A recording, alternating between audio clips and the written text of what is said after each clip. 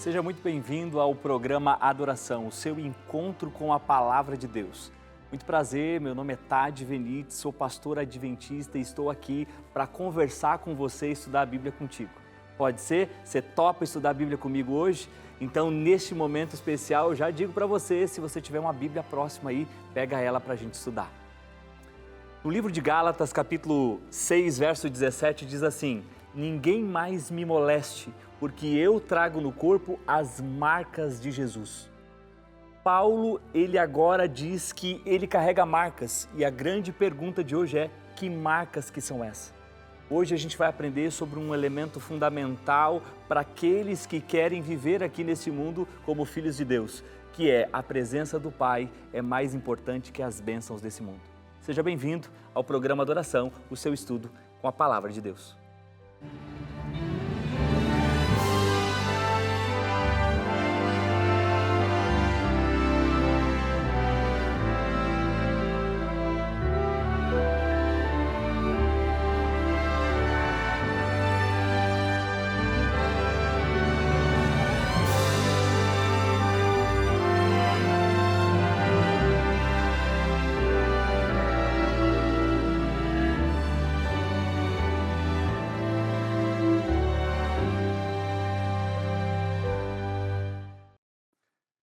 Seja bem-vindo mais uma vez, nós estamos no programa Adoração, seu encontro com a Palavra de Deus, um programa especial para conversar cara a cara com você e estudar a Bíblia também.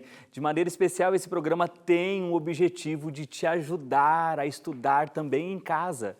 Sabe que um dos grandes pontos na nossa caminhada de fé é a oração, mas muitas pessoas têm dificuldade de entender como funciona a oração. E hoje eu quero te apresentar um presente aqui da Rede Novo Tempo de Comunicação que os Anjos da Esperança entregarão para você na sua casa. Um presente muito especial onde você vai poder estudar um pouco mais sobre oração. Você sabe como orar? Você sabe como ou quando Deus nos responde? Esse talvez seja um dos maiores desafios para algumas pessoas. E eu quero desafiar você a entrar em contato conosco, pedir essa revista gratuitamente. Pastor, mas como é que a gente faz isso? É muito simples. Você pode entrar no site novotempo.com/escola bíblica ou, se você preferir, no 12982444449. É o WhatsApp aqui da Novo Tempo, você pode mandar uma mensagem, é bem mais simples, bem mais rápido e a nossa equipe vai estar aqui esperando a sua mensagem para que você possa receber esse lindo presente aí na sua casa, sem custo nenhum, um presente dos Anjos da Esperança. Hoje a gente vai falar sobre um tema muito importante. A presença é mais importante que as bênçãos deste mundo. Quero convidar você para orar comigo neste momento. Feche seus olhos. Querido e amado Deus, muito obrigado pelo privilégio que o Senhor nos concede de podermos ter a sua palavra e da sua palavra aprendermos, Pai, cada vez mais como está próximo de Ti e como vivermos aqui neste mundo. Que nesse dia tão especial, o Senhor nos conceda a graça e o poder do Espírito Santo e que o Senhor fale com cada um, segundo a Tua santa e boa vontade, em nome de Jesus. Amém. O livro de Gálatas é um livro muito importante porque Paulo, ao escrever para a igreja, ele escreve uma carta que ela é bem séria e ao mesmo tempo dura. A carta de Paulo a Gálatas é uma carta que tem várias características que são significativas. Por quê? Primeiro, Paulo ele quer trabalhar com a igreja o conceito da salvação.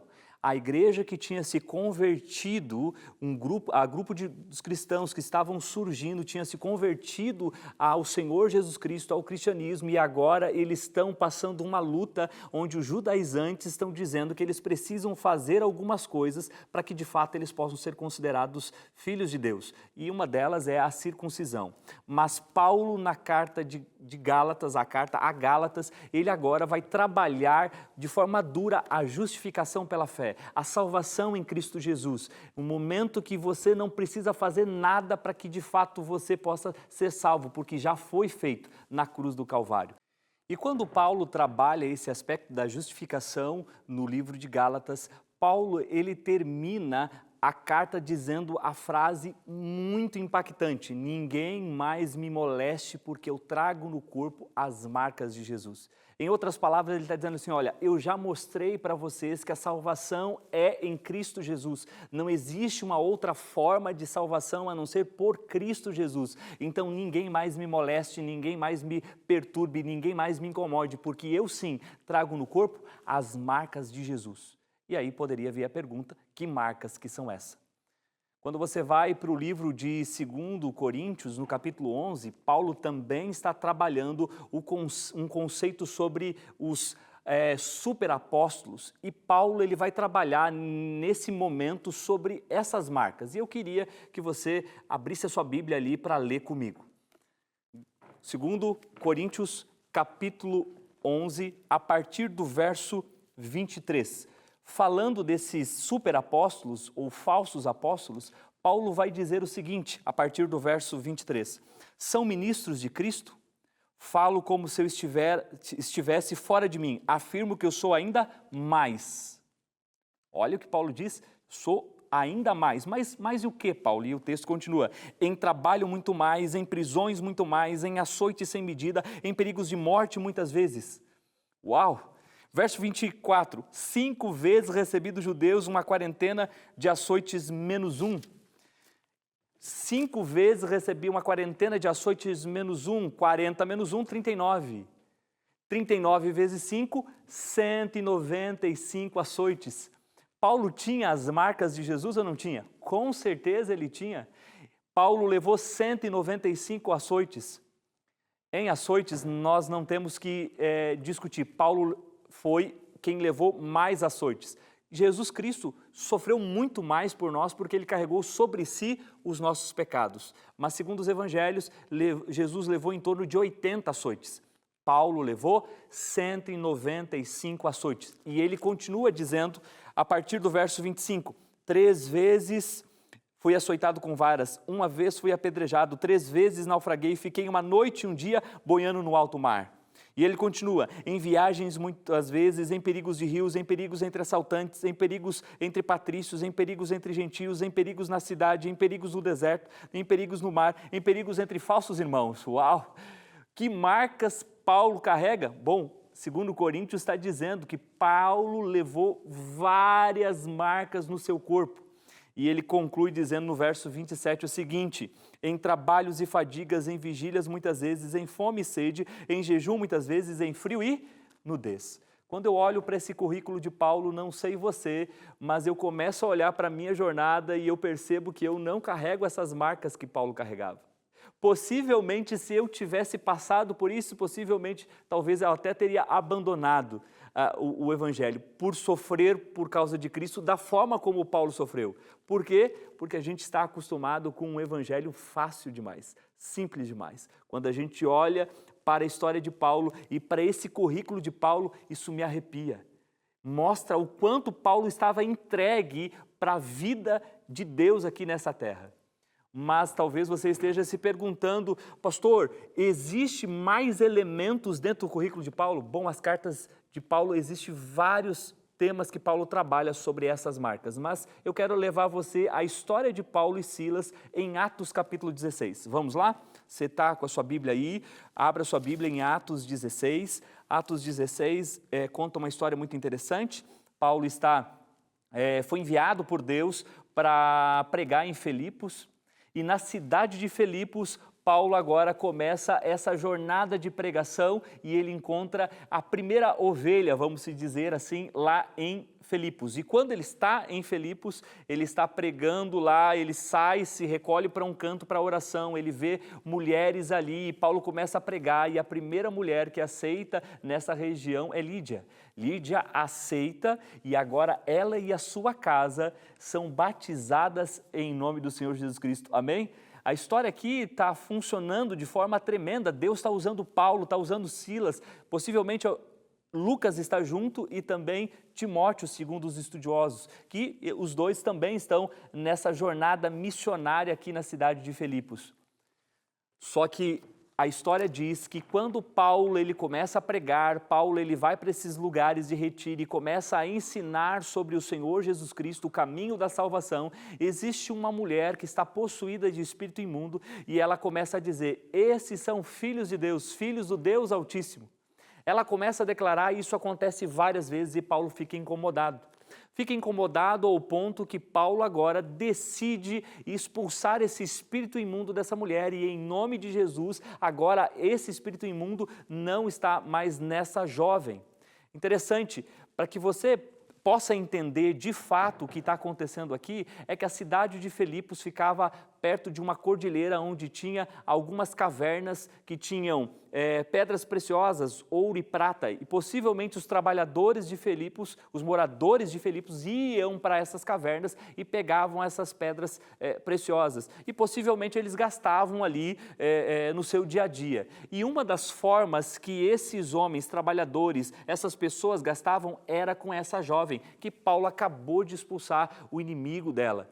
E agora essa jovem que possivelmente fazia adivinhação, possivelmente, entre aspas, adivinhava o futuro, Paulo agora tira esse espírito imundo dessa mulher e agora os senhores dessa mulher, dessa jovem, perdem a esperança do lucro, eles não têm mais de onde ganhar o lucro usando essa jovem para ajudá-los a ganhar os recursos ali.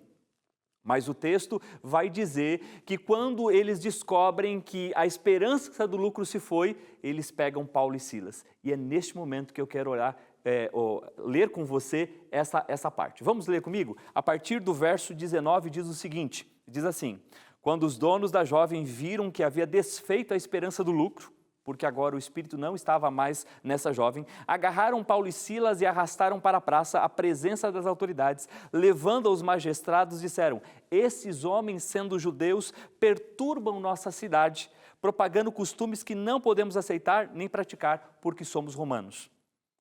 E o texto continua dizendo que então a multidão se levantou unida contra eles, os magistrados rasgaram as roupas e mandaram açoitar com varas. E o verso 23 diz: e depois de darem muitos açoites. Deixa eu fazer uma ênfase aqui. Muitos açoites. Lançaram na prisão e ordenaram ao carcereiro que guardasse com toda a segurança. E esse, recebendo tal ordem, levou para o cárcere interior e prendeu os pés no tronco.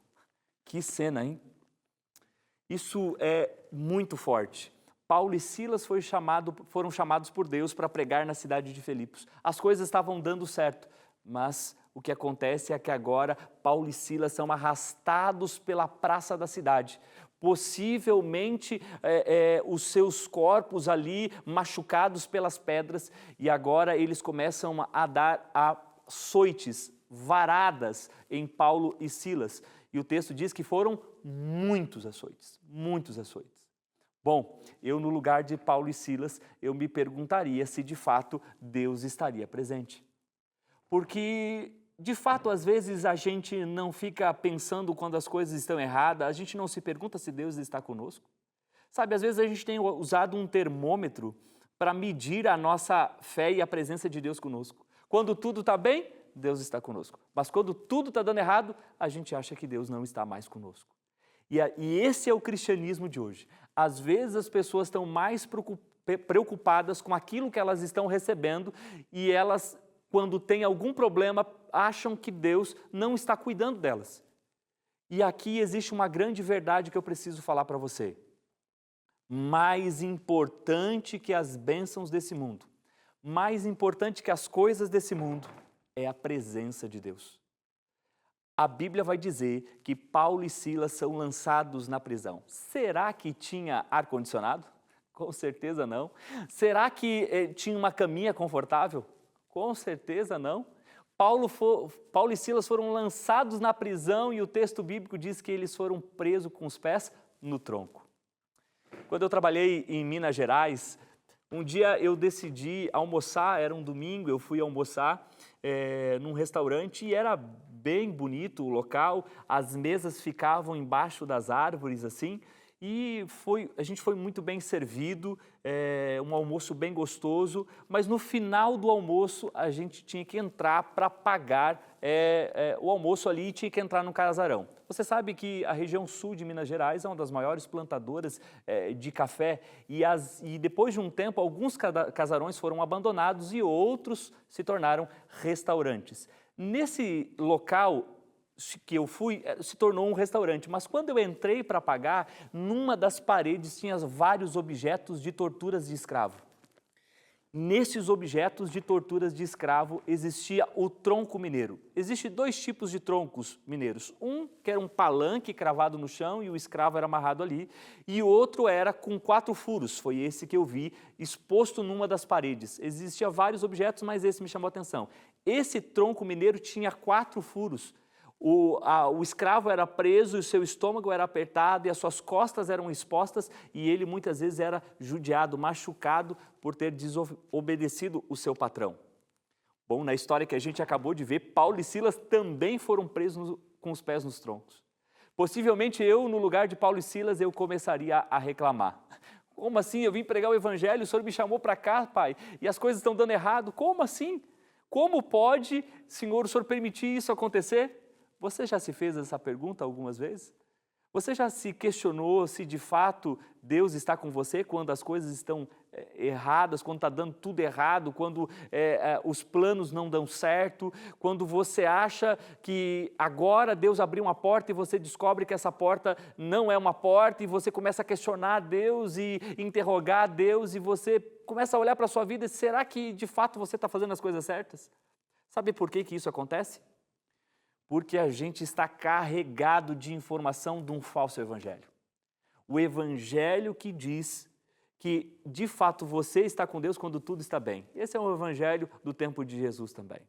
Só que esse não é o termômetro para a nossa fé. O termômetro para a nossa fé é a presença de Deus. E a presença de Deus é muito mais importante que as bênçãos. Às vezes as coisas vão dar errado, mas isso não quer dizer que Deus não está contigo.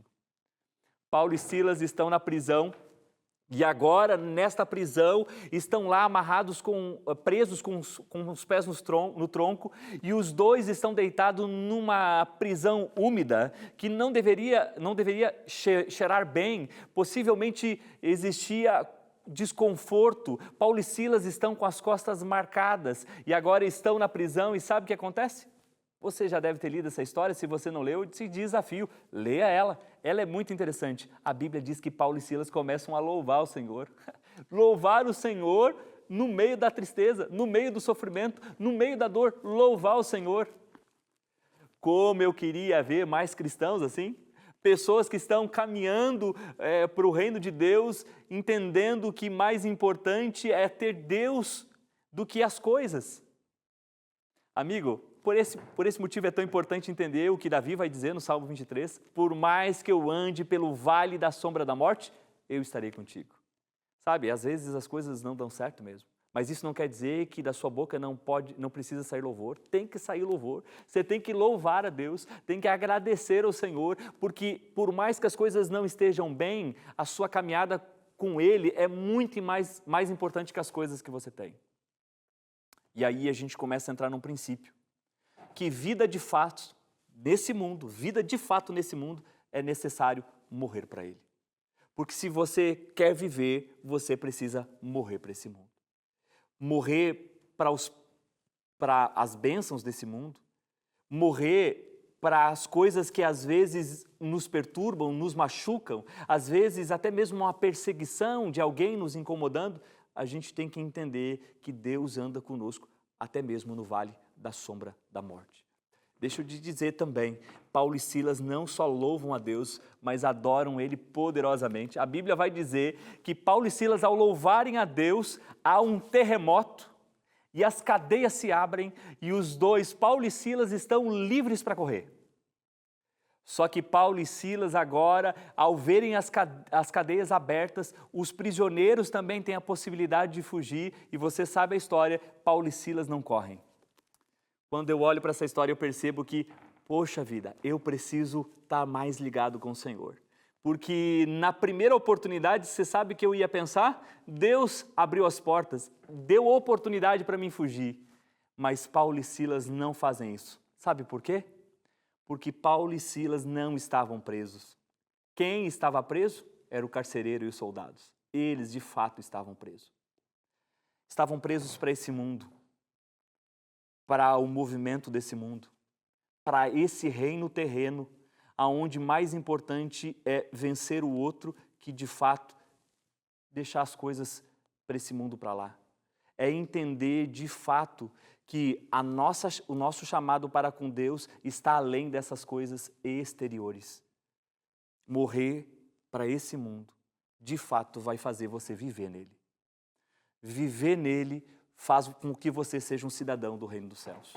O carcereiro, ao perceber que as portas se abriram, ele corre agora e acha que todos fugiram, e ele pega a espada e ele vai passar no pescoço, porque segundo a lei romana, ele é exposto aos outros soldados e possivelmente agora eles humilham esse soldado e ele não quer passar isso, ele não quer passar essa rejeição e ele tenta agora pegar a espada e ele vai se matar. E Paulo diz assim: amigão, não faz isso, estamos todos aqui. Eu preciso olhar bem no seu olho agora. Paulo vai dizer: nós não fomos embora. Estamos todos aqui.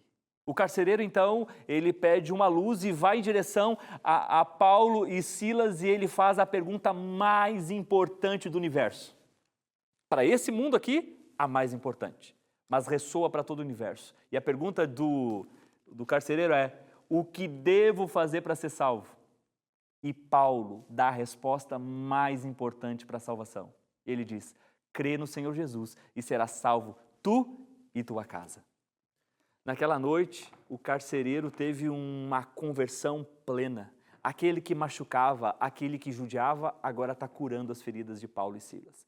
Ele leva Paulo e Silas para casa, porque aquele homem de fato se converteu e Paulo e Silas batizam o carcereiro e toda a sua família. Por quê? Porque mais importante é a presença do que as bênçãos. Paulo não estava preocupado com o sofrimento que ele tinha.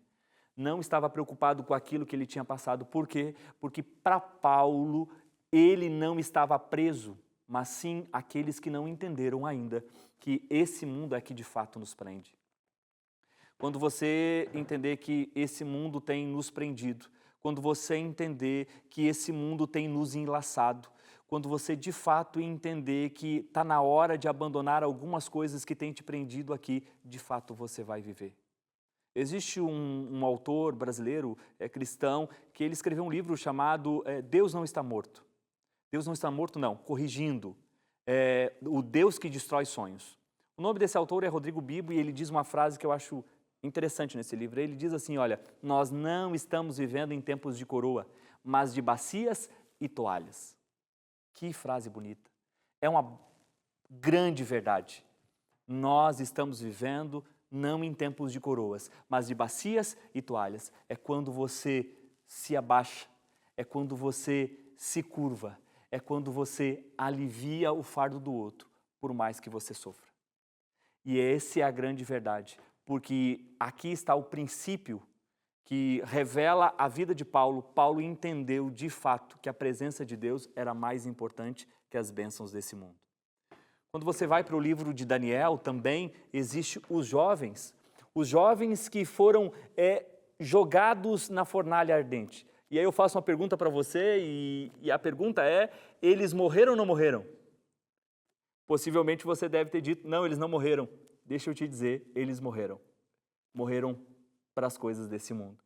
Eles de fato, antes de serem jogados para a prisão, eles tinham morrido para as coisas desse mundo, ao ponto que eles podiam viver, de fato, com Deus, com a presença de Deus, apesar das circunstâncias que eles estavam vivendo.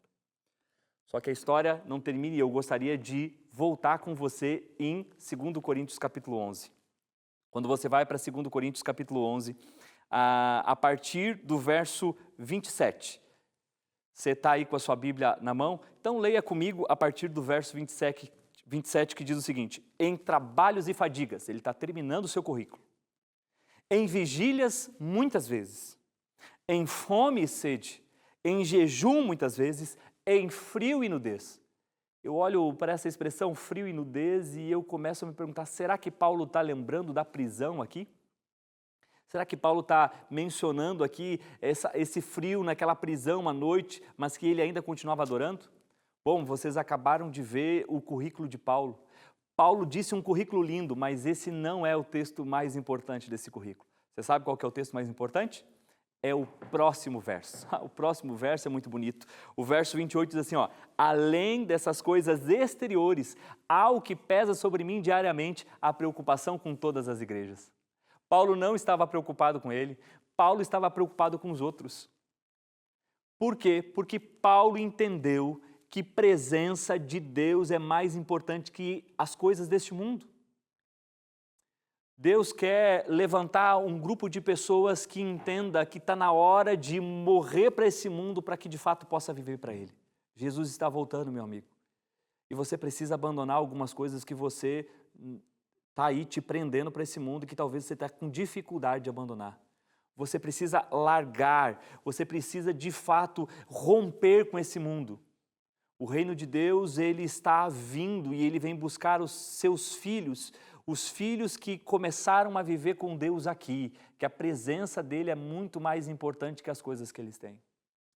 Sabe, eu já visitei senhoras que ela perdeu esposo, filhos, não tinha muitas condições, e eu entrava na casa desta senhora, de maneira especial, uma delas, aonde que ela louvava o Senhor em vez de reclamar. Eu tinha muito mais coisas que ela, mas a vida dela era um exemplo claro e profundo de alguém que andava com Deus. Você quer andar com Deus? Você quer de fato caminhar com os pés firmes aqui neste mundo até o Senhor voltar, mas com os olhos voltados para Ele? Entenda que o termômetro para a nossa jornada de fé não é as bênçãos desse mundo. Não é quando as coisas estão bem é que Deus está comigo. Não. O termômetro é ter clareza e certeza que Deus está presente apesar das circunstâncias, apesar das dificuldades. Talvez esteja falando com você que está aí do outro lado, que está passando uma luta e acha que Deus lhe abandonou e que você não tem certeza de fato se Deus está contigo. Eu quero te dizer claramente que Ele está contigo e que você não olhe para as coisas que estão te atrapalhando, que você não olhe para as circunstâncias, mas que você olhe para Cristo, que você olhe para o autor e consumador da nossa fé, o Senhor Jesus Cristo. Você quer de fato se entregar ao Senhor? Quer viver esta vida com Ele? Como se Ele andasse contigo diariamente? Eu posso ouvir um sim aí do outro lado? Será que eu posso ouvir você dizer sim? Você pode dizer para mim sim aí do outro lado? Se você quer, eu queria convidar você para orar comigo. Se você estiver num ambiente tranquilo, se você puder, se coloque de joelho aí do outro lado para entregar a sua vida ao Senhor Jesus Cristo e pedir para que Ele te ajude a viver com Ele sem se preocupar com as circunstâncias. Vamos orar? Querido e amado Deus, muito obrigado pelo privilégio que o Senhor nos concede de aprender tantas verdades na Tua Palavra. Hoje, Pai, nós entendemos o quão é importante estar preocupado em estar contigo do que ter coisas. Esse mundo, ele tem nos cegado, Pai. Ele tem feito uma cerca em volta de cada pessoa, ao ponto que muitos não conseguem te enxergar. Que às vezes, por causa de qualquer coisa, abandona a igreja, abandona a fé. Pai, eu quero pedir por essa pessoa nesse momento, que está aí do outro lado, Senhor, clamando e pedindo que o Senhor se apresente e viva com ela apesar das circunstâncias. Quero pedir de maneira especial que o Senhor visite esse pai, esta mãe, esse filho e dê força para eles continuar firme, não que merecemos, mas em nome e pelo amor do Senhor Jesus Cristo. Amém.